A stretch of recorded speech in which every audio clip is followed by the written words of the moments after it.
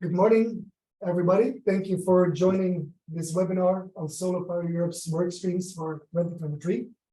My name is Dries Akken. I'm the Policy Director at SolarPower Europe, and I'm here with my colleague Naomi. I'm the head of regulatory affairs at SolarPower Europe.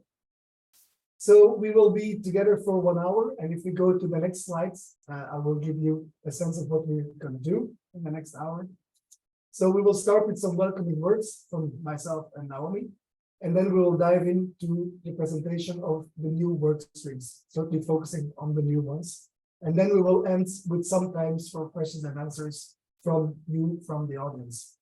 Maybe just one word more on the questions and answers on the next slide. So this is the way to do it. There's a Q&A box at the bottom of the Zoom screen, which I'm sure you will find and probably are familiar with. And you are able to type in the question and click on send, and then they will appear in an overview for us.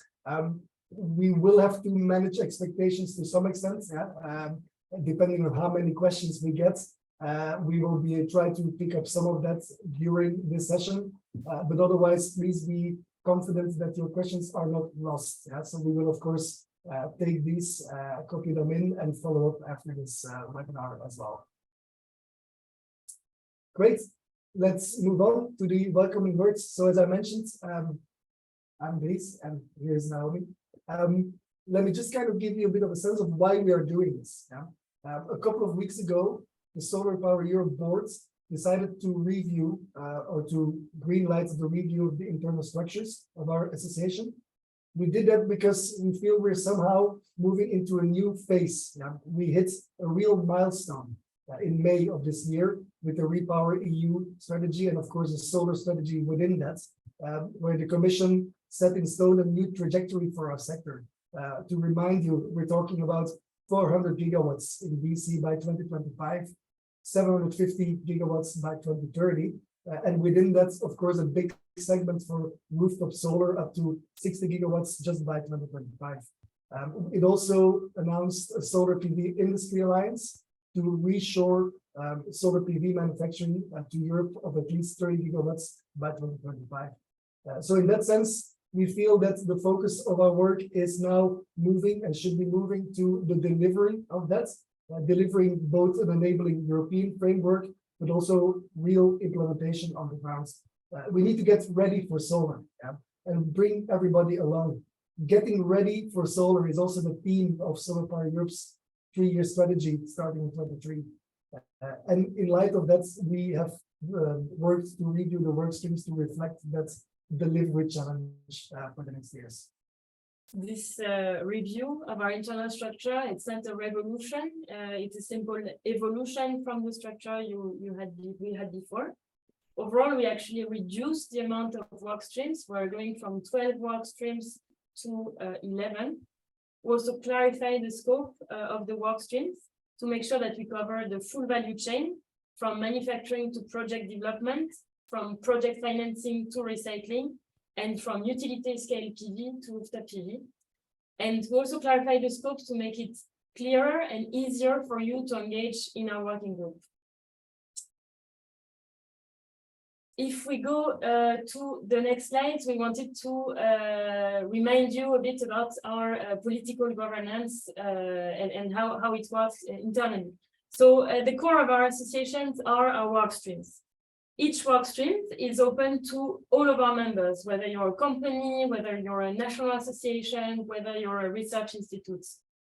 Each work stream is focused on a key objective, which we will present in the coming slides, and is chaired by 1 chair and 2 vice chairs.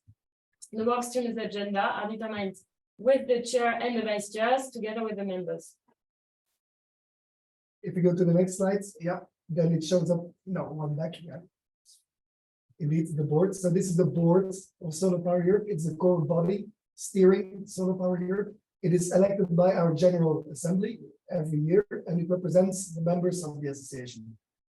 The board sets the priorities for the organization, especially with respect to the strategy and the general orientation of the association. And it is ultimately responsible for approving the position papers and the reports in SolarPower Europe that have been prepared in the work streams. where the core of the work is indeed taking place.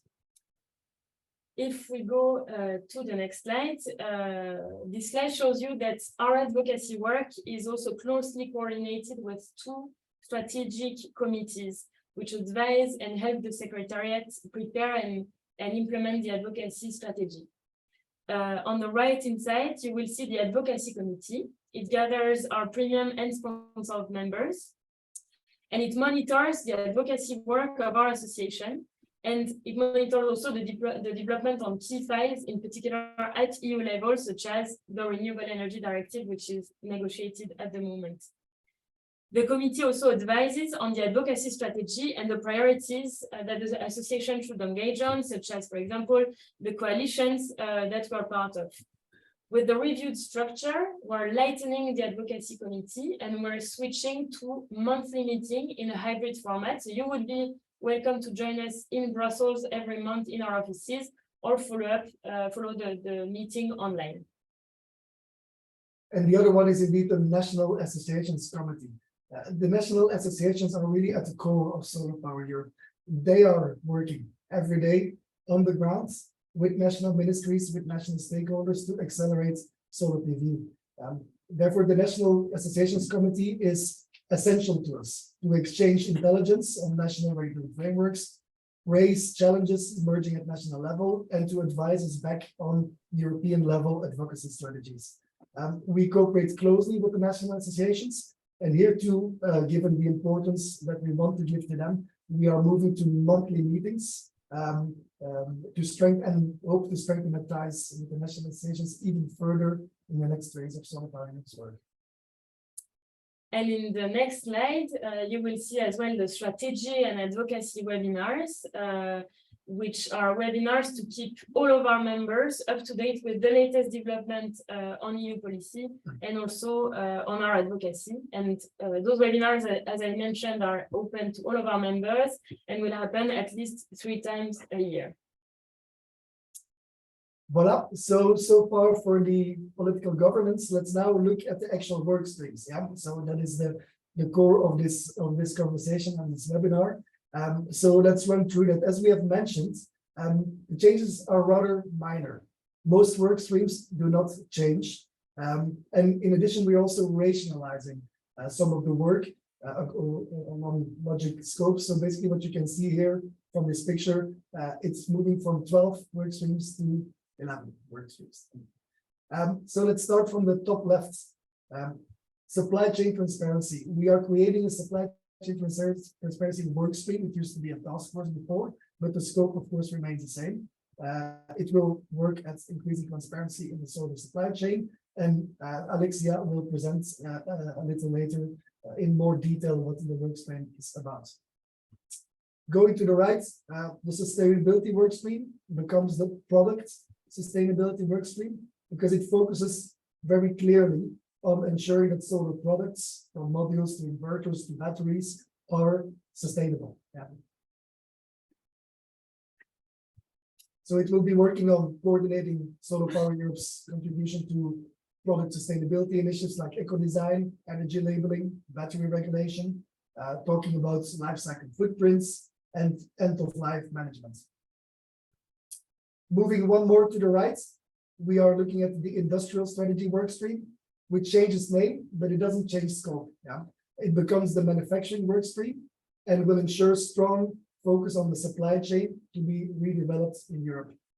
Key files here are quite obviously the upcoming solar PV industry alliance and surrounding policies that are important on the supply side, for example, the innovation funds, and on the demand side, like green public procurements, the big buyers initiative for solar PV procurements, auction design and non-price criteria within that. So there's a whole gist of files that fall under that. If we go to the second line, and we can also move to the next slides to zoom on the workstream. Yes, perfect. So if we go on the second line, we transform the agri-solar workstreams into a land use and permitting workstream. And I think the question that arrived in the chat arrives at the right moment.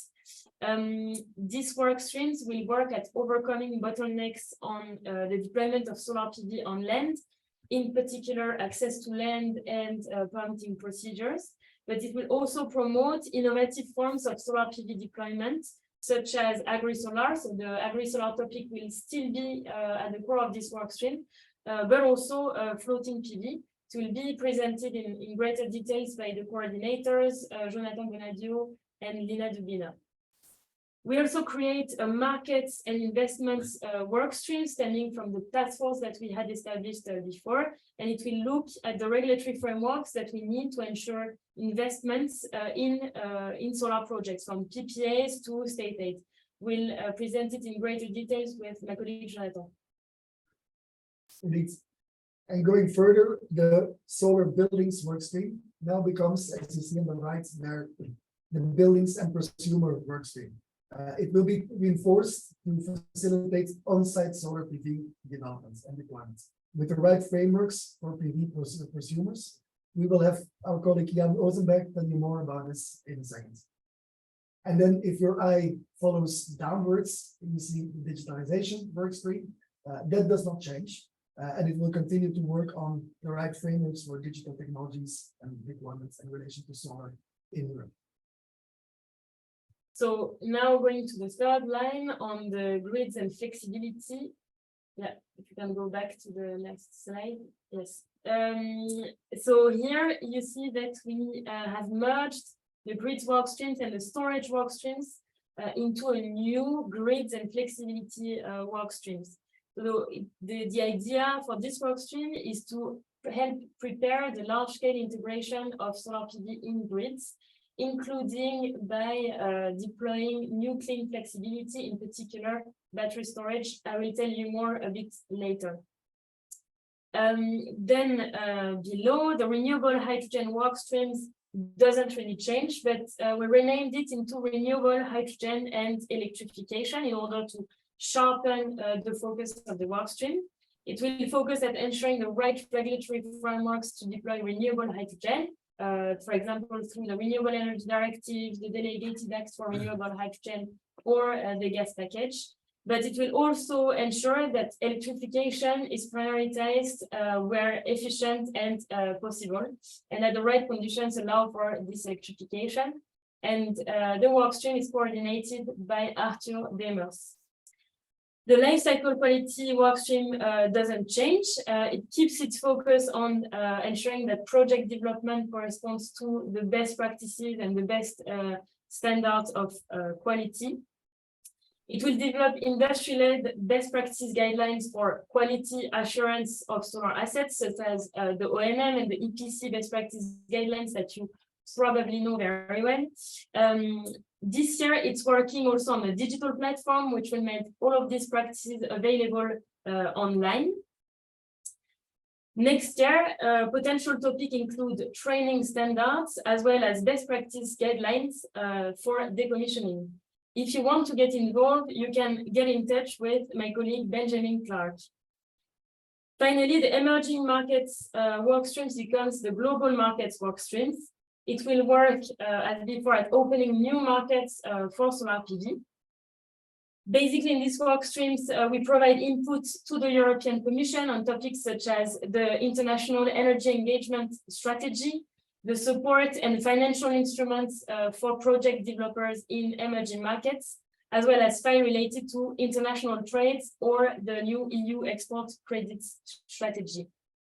The workstream also engages with international organizations such as IRENA, the International Renewable Energy Organization, and the International Solar Alliance. We also engage through this workstream with selected emerging markets. We also develop policy recommendation and explore cooperation possibility, even organize delegation visits. And the focus markets in 2022 are Vietnam, Tunisia, and India. If you want to get involved, you can contact Mate Reis, the Director of Global Affairs, or Benjamin Clark, my colleague, business analyst at SolarPower Europe. Now, if you go to the next slide, you will see that out of those work streams, 5 of them are going to elect their chair and vice chairs in the next weeks. We are also going to elect the chair and vice chairs of the advocacy committee. From next week on, You will receive more information from each policy coordinator on the timeline and the procedure to engage. And please don't hesitate to get in touch with the policy team coordinator or us if you are interested. Indeed, and before we move into more detail on each of these 5 newer work streams where the election is pending, there's just one more thing we want to mention. So one word you haven't seen on the slides, which is nevertheless core to everything that we do, relates to innovation. Yeah. And there's 2 reasons for that. First, innovation sits across all of these work streams. Yeah. Just think about innovative solar solutions in the manufacturing side, where Europe needs to maintain its competitive advantage, or it's the way to maintain competitive advantage. The work in the land use and permitting work stream, as Naomi mentioned before, will look at innovative ways of combining multi-use of lands, for example, floating PV or agri-PV. Think about the buildings and consumer work stream, where BIPV, building integrated PV, will be touched upon. So that's the way we deal with it. And the second reason is that we are also seeing and welcoming very much to our delight the emergence of the ETIP-PV, the European Technology Platform. If you go to the next slides, I just need to introduce that to you. So we've been really delighted to take part in the establishment of the Secretariat of ETIP-PV since September 2022. It is an EU-funded platform that brings together experts from the industry and the research community. It has just upgraded and upgraded its governance with a new chair, Rutger Schnappmann, and vice chairs, Jutta Gruber and David Moser, and a set of working groups. So the main contact points at ETP-PV is Thomas Janibetian, as you can see on the slides. And I can tell you, there's a lot of positive dynamic and energy in that group now. So it's really worth reaching out to them. And SolarPower Europe is part of the Secretariat of the ETP-PV. So that's why we believe we are able to integrate innovation across everything that we do, and that's how it should be as well. So now, if we move to the next slide, we wanted to zoom in to key work streams that will have to elect their chairs and vice chairs in the next weeks. And we start with a supply chain transparency workstream with a video of Alexia Reboleto, Senior Policy Advisor on Trade, who is coordinating this workstream. And we'll now move to the video where she explains you the workstream.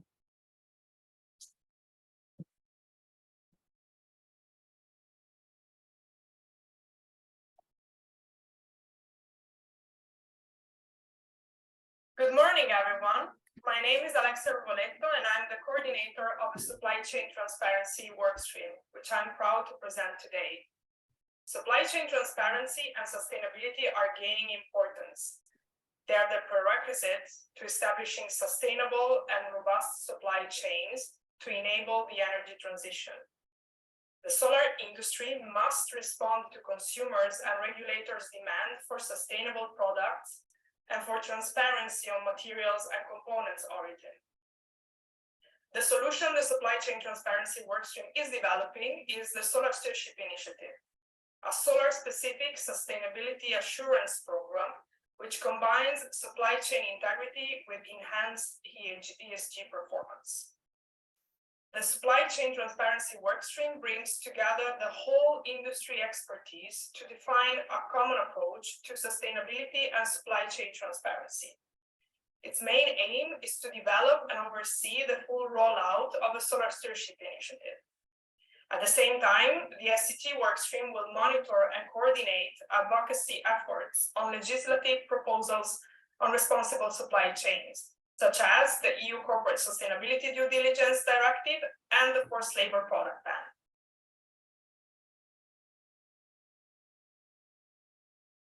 Since its launch in July 2021, the SCT Workstream has been working intensively on developing the Smart Stewardship Initiative, which was launched on the 4th of October 2022. So far, the SSI has obtained the support of over 50 organizations covering the entire value chain and the support of leading international financial institutions, including the European Investment Bank and the International Finance Corporation. In addition, the SCT workstream has contributed to the European Commission's public consultations on the Corporate Sustainability Due Diligence Directive and the Forced Labor Product Ban. This work will continue in the next few years with key milestones foreseen for the Solar Stewardship Initiative in 2023.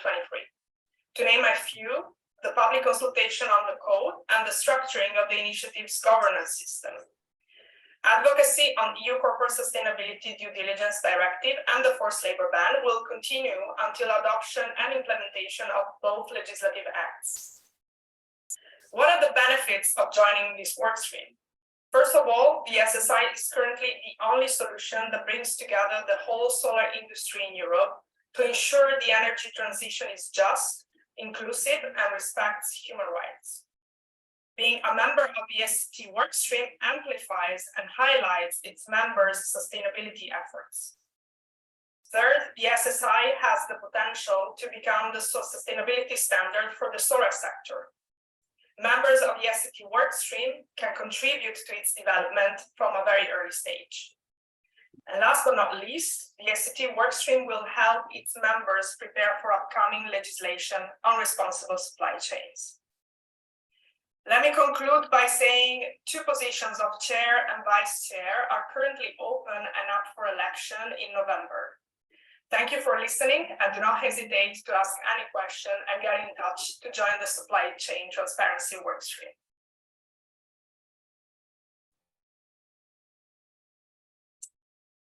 Okay, so that was the Supply Chain Transparency Workstream. Now moving on to the markets and investment workstreams that I will present with Jonathan. So how do we facilitate investments into all forms of solar PV? What will be the investment models in solar PV of tomorrow? What's the future of PPAs? Will we still need state aid in the future, and in what form? Will it be interesting to invest into PV when our grids are in majority filled with zero marginal cost resources? To reply to all of these questions, we created the Markets and Investment Task Force in March 2022, that is now a fully fledged market and investment workstream. As I mentioned, its objective is to ensure the right regulatory frameworks to boost investment into solar PV. And we will look at all the dimensions of these regulatory frameworks as they come. It can be guarantees of origins, it can be the rules of electricity markets, the state aid, the type of state aid support, or even the finance conditions. I will be coordinating this workstream together with Jonathan Bonadio, as I mentioned, Senior Policy Advisor, and in particular, the expert on power purchase agreements. If we go to the next slide, I can show you a bit what we have achieved so far. Throughout the last months, as you probably know, the European Union has been working on emergency measures to tackle the high electricity price. And in the work streams, we have inputted this process very regularly by sending several letters to the European Commission and the European legislators highlighting our positions. We also built a coalition together with other electricity industry as well as the trading platforms and the traders to value our points. Now, maybe a word on our advocacy on guarantees of origins, Jonathan.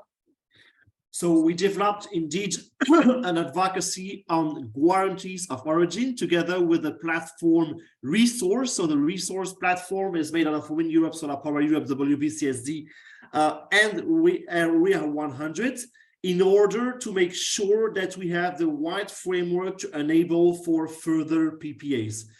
We will continue, so we did this advocacy at EU level, and we will continue to advocate for granular, for STEM-GEOs, for at EU and member state level. So I just allow also to jump on the next steps on these elements on this advocacy for GEO. We will continuously support the right framework for having PPAs signed and make sure that all the enabling conditions, the GEOs, the market prices are united to enable the deployment of PPAs. And we will continue working with our partner, the resource platform, knowing that the resource platform is focusing mostly on buyers. And the aim of this workshop will be also to bring the perspective of the suppliers, of the developers, on how could their project be made bankable for PPAs with the enabling framework of GEOS. So voila, here is our overview on what's the connection between this work stream and GEOS and the PPA markets more generally. Now, the floor is yours. Thanks for the overview. So to complement the picture of what is next, we will also keep working on the emergency measures to tackle high energy prices. We just had last night an orientation from the European Council on what could be those emergency measures. We will also help member states implement the cap on market revenues, also leveraging our resource platform. The European Commission also announced that it will reevaluate the design of the electricity markets and work on options to decouple power and gas prices. So we will develop our position on the review of the electricity markets. We will also discuss whether state aid need to evolve or function better with these electricity markets. And finally, we will also conduct research projects and tackle the financing needs in our solar industry in order to understand if the financing offers its fit for the amount of project that we have to deliver. In that regard, we are cooperating with the European Investment Bank, and this is the work stream where we expect renewable energy investors. Next slide. So, as mentioned, my name is Luna Dubina, and together with a colleague of mine, Jonathan Bernardio, we'll be coordinating and leading the work in the new work stream of land use and permitting. And before talking more about the overarching objective of this work stream, I just wanted to give a bit of the context and the background. So for the Europe to reach the ambitious targets and objectives that are set out in the Repower EU package, including the aim moving towards the climate neutrality by 2050, additional large-scale ground-mounted utility-scale solar PV will be needed to be deployed. And to roll out such deployment, it will need to be done soon and fast. So the overarching objective of this workstream is to look at different solutions on possibilities on how to foster fast deployment of solar PV on land, as well as looking at different innovative multi-solutions that solar PV can promote. So that includes not only tackling the climate and energy crisis, but also looking at issues as land scarcity, how to promote suitable land use for solar, as well as how to integrate environmental considerations into the solar PV projects. So that said, next, my colleague Jonathan will look a bit more on what are the achievements that have already been done within the workstream and what are the aspirational goals that we aim to achieve with this workstream. So Jonathan, the word is to you. Thanks indeed for this introduction, Lina. So on the next slide, I mean, the very challenge of this work stream is, as my colleague Dries once said, to make coexist speed and quality of solar PV projects. And for this, we developed a series of report, position paper recommendations on this element to make sure that we can reach our 2025 and 2030 targets with the highest environmental standards possible. We have developed for this the position paper on permitting, which was almost 10-pager with all the good examples of what we can do to faster the permitting procedure, how we can influence the EU legislative process in order to speed up the deployment while still respecting the necessity for nature conservation and environmental protection. This position paper has been distributed to members of the European Parliament, to member states, to representatives of the member states at EU level. And as we will see in the next examples, some of these elements have been actually picked up by EU politicians. So we are very happy about so far about the results. We also developed a biodiversity report when it's about providing a key guidance to project developers and to analyzing the different type of environments and how we can integrate solar PV at lower cost in these environments, and how we can also develop best practices for further environmental integration. So this is very operational guidance as well that we have developed and will be issued soon. Nina might tell you a bit more about it. We also, we are also wanted to mention the results of these achievements, the results of these lobbying activities via the amendments that have been tabled in MV. Some amendments mostly on grid integration, on renewable community involvement, also on some deadlines have been taken over by members of the European Parliament, by some members of the European Parliament. The battle is not won yet, by far not, but this is also good signals that these elements have been helpful to shape EU policies, and hopefully will be kept in the future. So this is, of course, the result of the final vote that will tell us. So what's next? So in a nutshell, we are moving gradually from an advocacy at EU level to an implementation at member state and project level. So we will continue the advocacy on the Renewable Energy Directive, the RED, but also on the Nature Protection Law that will be delivered in the coming years, that will bear fruit in the coming years. We will also build on existing reports and develop the best practice for innovative technologies. This is really the work stream when we're going to talk about agri-solar floating PV, as we said, as well with the aim to develop standards for environmental integration that make sure that we can foster faster and more environmental integrated procedures. And last but not least, we will work at member state level to ask for guidance on member state level on the development of this innovative forms of solar. So really moving into the core of the integration and moving at member state level. So this is the big picture. Happy, of course, to have your question. Thanks indeed. So on the next slide, Jan. Thank you very much, Jonathan. Yes, next up is the Buildings and Prosumers workstream. The main objective of the Buildings and Prosumers workstream will be to facilitate on-site PV deployment, while at the same time making sure that we develop the right frameworks for the citizens who live in these buildings for the PV prosumers. So why is this the objective? We see around 50% year-on-year growth in solar installations. By 2030, this could lead to cumulative capacity of 230 gigawatts in the distributed PV segment, and could lead to up to 400 gigawatts by 2030 in this segment. The EU Solar Rooftops initiative could further accelerate this deployment. This is why we have to make sure that we have a smooth rollout, that we remove the bottlenecks that are existing for on-site solar deployment.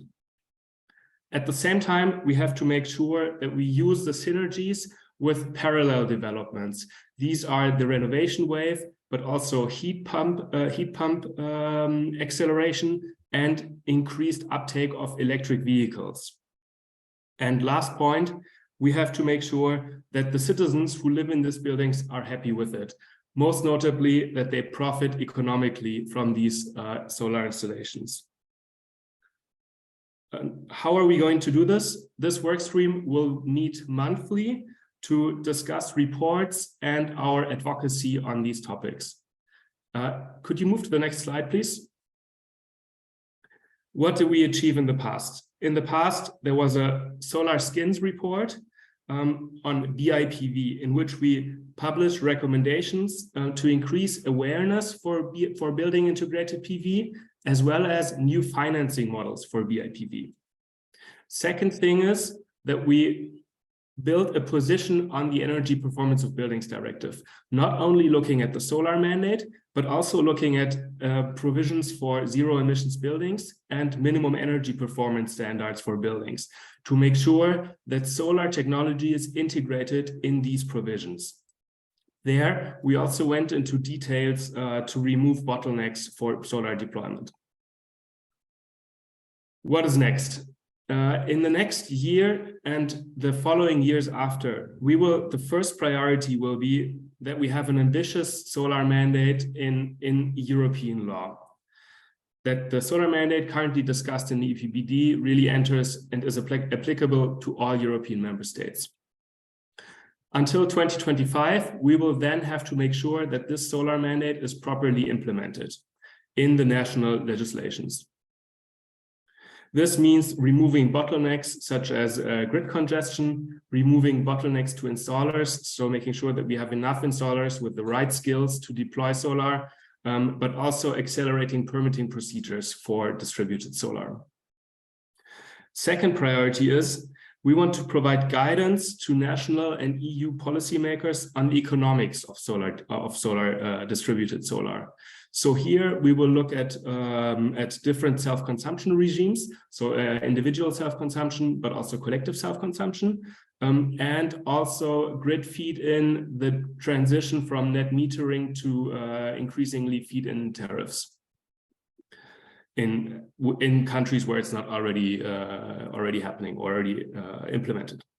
And the third priority will be that we will provide guidance on parallel developments. So make sure that we use the synergies with EV deployment and heat pump deployment.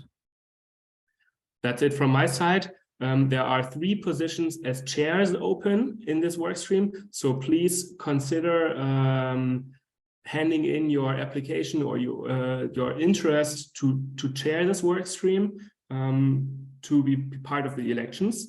And if you don't want to chair the workstream, please consider joining the workstream to work with me and the other members on the topics just presented. Thank you very much. And last but not least, the grids workstream.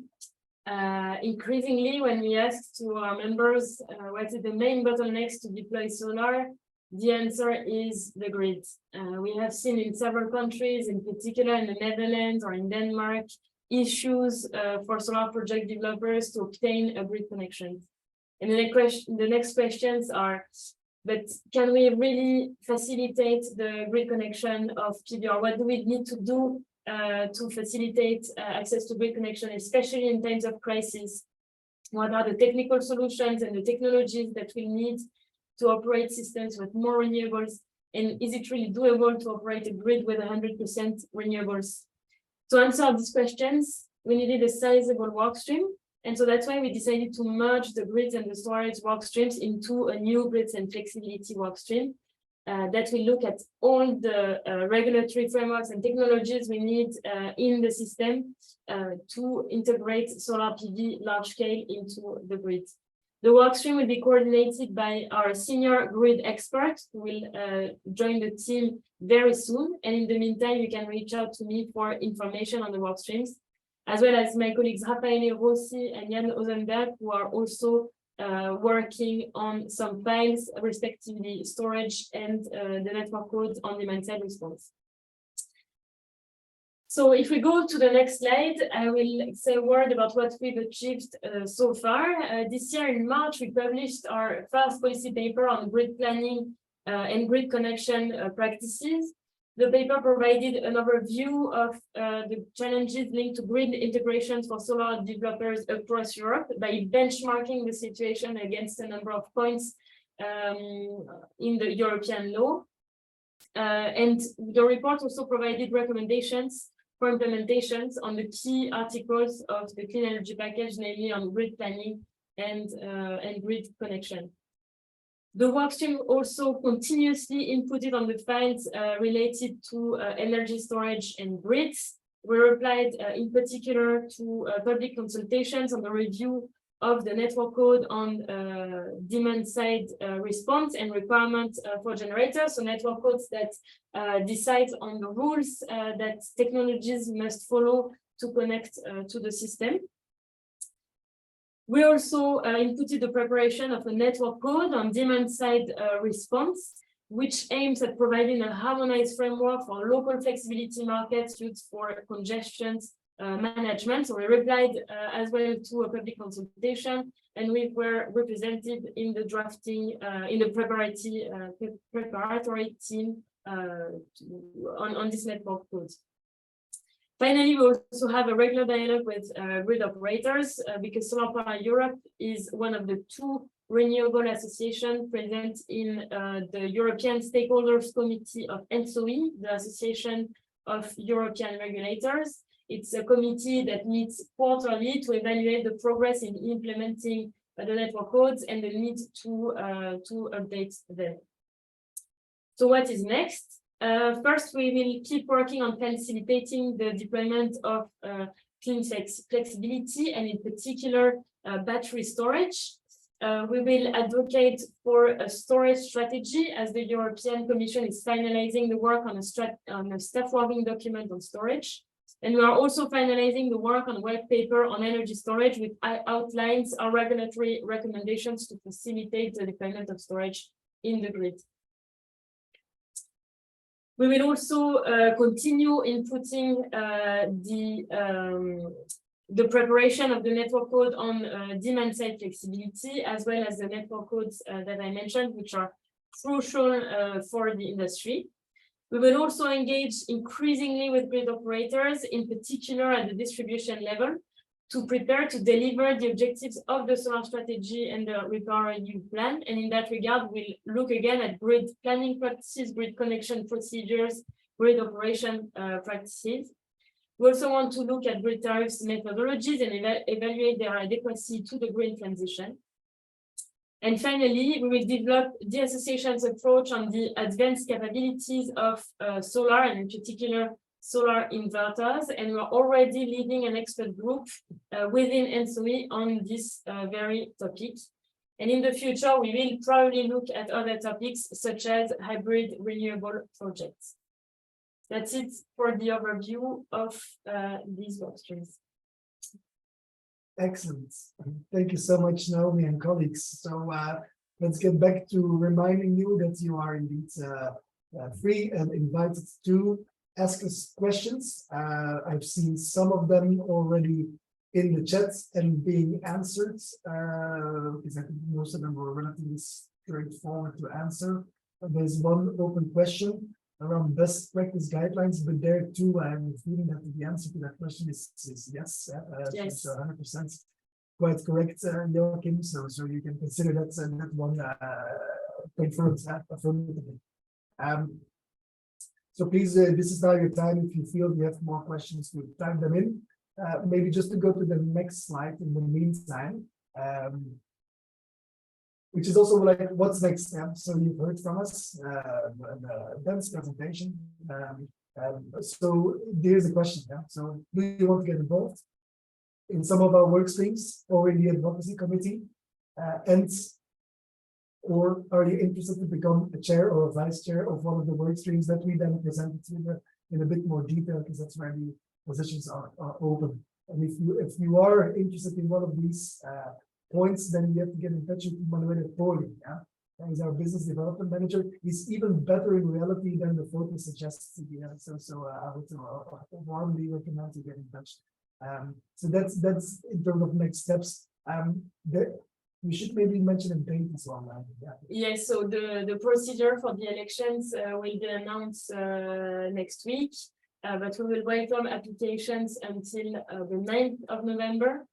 During then the week of the 14th of November, we will have calls to present the different candidates to the work streams, and we will vote in the same week. So end of November, we'll have new chair and vice chairs. So the 9th of November. Yes, 9th of November, but again, you'll have information next week. I wanted to maybe pick up on a question on the product sustainability work stream. So the product sustainability workstream looks at all products included in the product sustainability workstream looks at the sustainability of all solar products. At the moment, we have a big agenda on cells, modules, inverter that are included in the eco design. But if there are sustainability concerns on the mounting system, of course, they can be included. And again, the members do the agenda of the workstream. But maybe Nina, let you complement. No, exactly as Naomi has already mentioned, we have 4 aspects and focus points that we're focusing at the moment, and that's it's aimed more towards the PV panels. However, we're happy to hear your views, and if this deems to be as important or relevant, we're happy to include as an agenda point in the product sustainability workstream. Meanwhile, we were pleased to see 2 more questions from the same person, or not, because it's anonymous attendee. So yeah, we're happy to pick it up. So first one on the advocacy committee. So yeah, we presented that. So we at the beginning of the session, we will share the slides afterwards and very short. The advocacy committee is the representation of members that are premium and sponsor members, with the goal of collectively advancing our advocacy goals in Brussels. That's basically how one has to understand it. And then the question above, in terms of the interactions between the National Association Committee and the Advocacy Committee, for instance, national associations may be able to support the national advocacy outreach on the past, yes, 100%. So that is why we also created a quarterly strategy meeting to combine both. And of course, we as a secretariat also represent that link on a daily basis. So that is also the way to think about the connection between the two, because we fully agree with the gist, or at least what I take from the gist of the question, that Brussels advocacy is done through the capitals as well. Yeah, so that is 100% in line with our thoughts. Take the next one. Yes, so fully agree with including floating solar in the land use and permitting workstream. I mean, speaking for Jonathan and Nina who lead the workstream, but it's really the idea. There will be guidance from the Commission to help member states develop these innovative forms of PV deployment. So that was announced in the SWART strategy, and we need to input this guidance in the next month. So it would be completely included. Also offshore. So on offshore, we also welcome the RNI aspects through ATPV. Do not hesitate to submit any element, because ATPV shapes the Horizon Europe research program agenda. So if there are also research, demonstration, funding needed, we should also raise that to ATPV. And for the remaining, thanks for the suggestions. I think we'll consider it, but I think we landed on names, unfortunately, but it doesn't change anything for the scope. Don't know if Jonathan, you want to add anything? No, I mean, it's thanks indeed. Yeah. I mean, de facto floating PV, be it on water bodies inland or offshore, is considered, is included.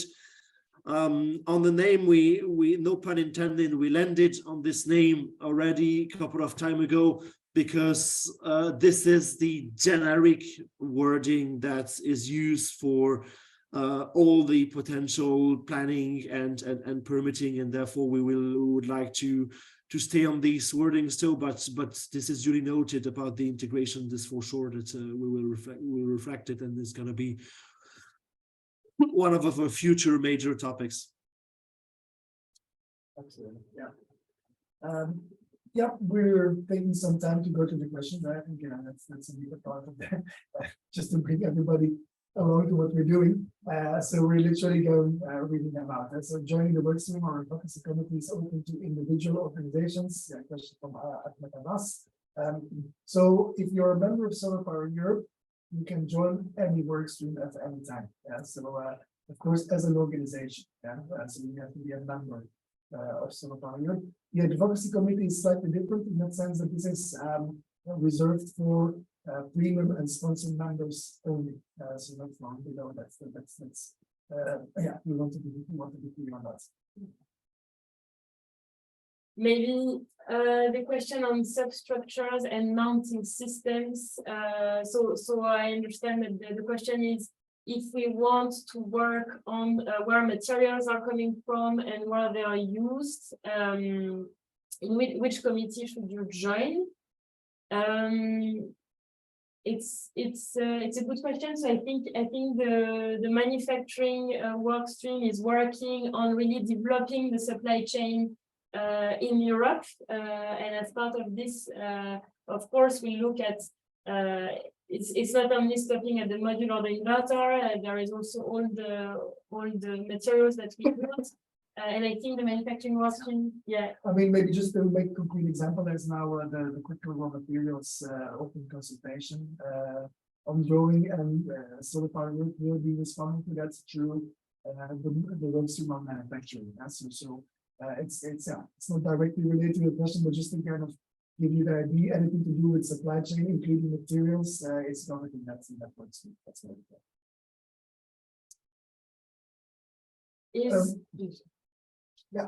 is local opposition or local community engagement and its challenges a topic in any work stream? Yes, absolutely. That's 100%. I would say that when it comes to local community engagements, that is very much linked to what we call the buildings and prosumer work. So energy citizens, we tend to use prosumer, but we interchange it with energy citizens as well. The work that we do on community energy, local authorities, city municipalities engagements is mostly within the scope of that work stream. Local opposition is of course slightly bigger than that. I would also say that most of the local opposition may actually be more related to land use impacts and stuff like that. But so obviously, one has to structure certain things. But I think it's worth mentioning that we also have a strong communication team in SolarPower Europe that is working on strategies and campaigns directly targeting, let's say, I wouldn't say targeting local opposition, but keeping the reputation of the solar industry at the levels that they are now, which is mostly in a relatively good place compared to other things in general. So I think that's certainly a focus on it's on our minds for sure. Yes, maybe go to the next one. So how do we join the National Associations Committee? So you have to join SolarPower Europe as a member. There is a specific membership fee for national association because we also exchange. We think the partnership is also based on exchange of intelligence, and then you contact this to join. You have to be a national association, of course. Next question from Laurent sounds like something I could pass on to you now. Yes, so for the biodiversity best practice guidelines, so this report in particular was developed in close cooperation with AgriSolar and Sustainability Workstream. However, the topic of biodiversity and environmental integration will be tackled in the new land use and permitting workstream. And for the supply chain ESG program, so that would be the supply chain transparency workstream coordinated by Alexia Rovoletto. So please get in touch with her. We have various type of projects that you can join beyond the work stream. So don't hesitate to get in touch with her. And now we can the last question was because you just have a bit more experience. Yes. So will there exist a formal nomination of persons to each work stream? No, we let you organize yourself as you wish. We're happy to have as many people as you can, depending on how you distribute the topics internally. We don't have an uniform position on that. We mostly want to work to find the organization that helps you engage as much as possible, so we don't have limits. Great. Yeah, I think we're gonna so thanks for the questions still. Please continue to send them over in the last 5 minutes, although we may start moving to closing, but maybe just to cover that last question why. So when it comes to manufacturing sites, that's firmly in the workstream on our manufacturing. So it's a good point because we are working on that. So that's simply one of the blocking points. Yeah. The other questions, these are your last minutes to ask questions. Don't hesitate. Could a member chair and vice chair several work streams? So we actually have a rule on that. According to our bylaws, member can chair or vice chair a maximum of 2 work streams. The idea is to have a diverse engagement of our members in the work stream. And among this limit of 2, we limit the number of chairmanship positions to 1. So you can be maximum 1 chair and 1 vice chair. Fantastic. Maybe before closing and telling you a bit about the news for next week, I also saw questions on the contact of Thomas Garavessian. So I wanted to remind you that on our website, in the Teams page, you can find all of the contacts of the team members and really don't hesitate to get in touch with them. Absolutely. Super. Well, we have one more slide to show, and your attention, please. Next week, on Thursday, we will be holding the Sustainable Solar Europe conference. SolarPower Europe is leading that. The first time we do it, so it's a new event focused specifically on sustainability in a 360-degree perspective. Yeah, so you'll be hearing on supply chain transparency. You'll be hearing about product sustainability, project sustainability, biodiversity, and also circularity of solar products and modules. We have a very good program with high-level speakers from the European Commission, as well as from the members from the companies, with real-world examples and the latest updates on where policies are. So we would warmly welcome you and basically direct you to the webpage on Sustainable Solar Europe, which you can find on our website. And yeah, hope to see you next Thursday. You have access to a meaningful discount of 50%. So that I hope helps you to decide. It's in process. So yeah, really looking forward to seeing all of you there.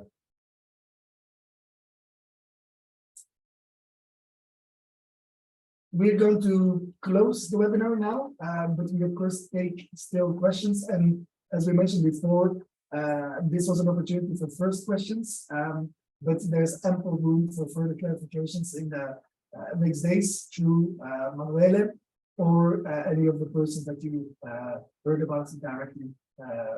And you can find those contact details on the website. So thank you for attending this webinar. You will receive an email with the recording and the presentations shortly. And unless there's anything else, Naomi, then I'm happy to wish you a very nice day and enjoy the weekend. Thank you.